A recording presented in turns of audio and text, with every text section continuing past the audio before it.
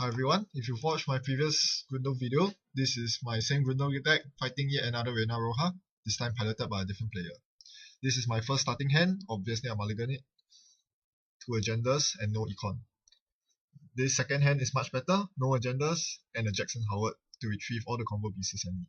And I also have a accelerated diagnostics in my hand, which is very important for enabling combos. So I begin by installing a Jackson safe in a remote, and installing something over HQ in case he runs a Count Siphon. Siphon is a very dangerous card. It's probably the card that I fear the most on the runner side, simply because Grundle relies so much on maintaining economic advantage, and Siphon just erases all of that. So against criminals and most other runners as well, in fact, icing HQ first is a huge priority, which means that unlike the previous game, I cannot afford to use Jackson the first turn. But since it's safe, I can now use it the second turn to draw out more combo pieces. I draw out twice, and I play a Beanstalk because there's nothing better to play.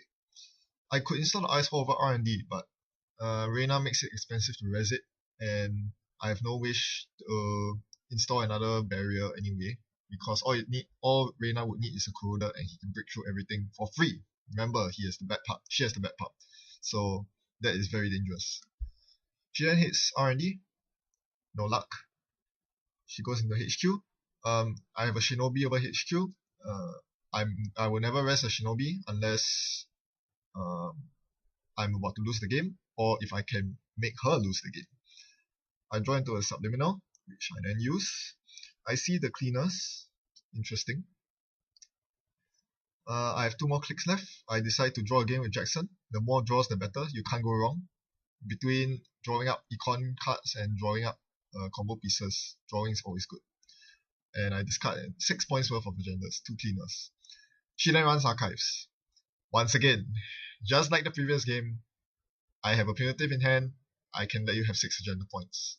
Let's see what you do now. Of course, I could still lose. This is a very huge risk. 6 points is always a huge risk because the next agenda that she sees would win her the game. I have to take the risk though, even though R&D is open.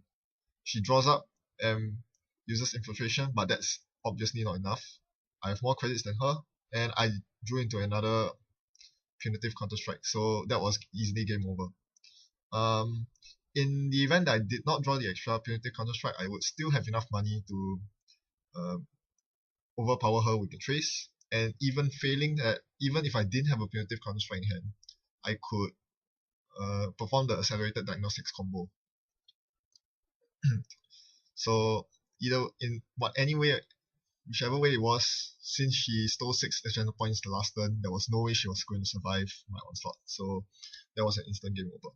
Once again, the correct play in this situation, if she couldn't install a plus crit or rake up enough credits, would have been to run R&D and HQ in the hopes that she would hit an agenda, which she didn't do.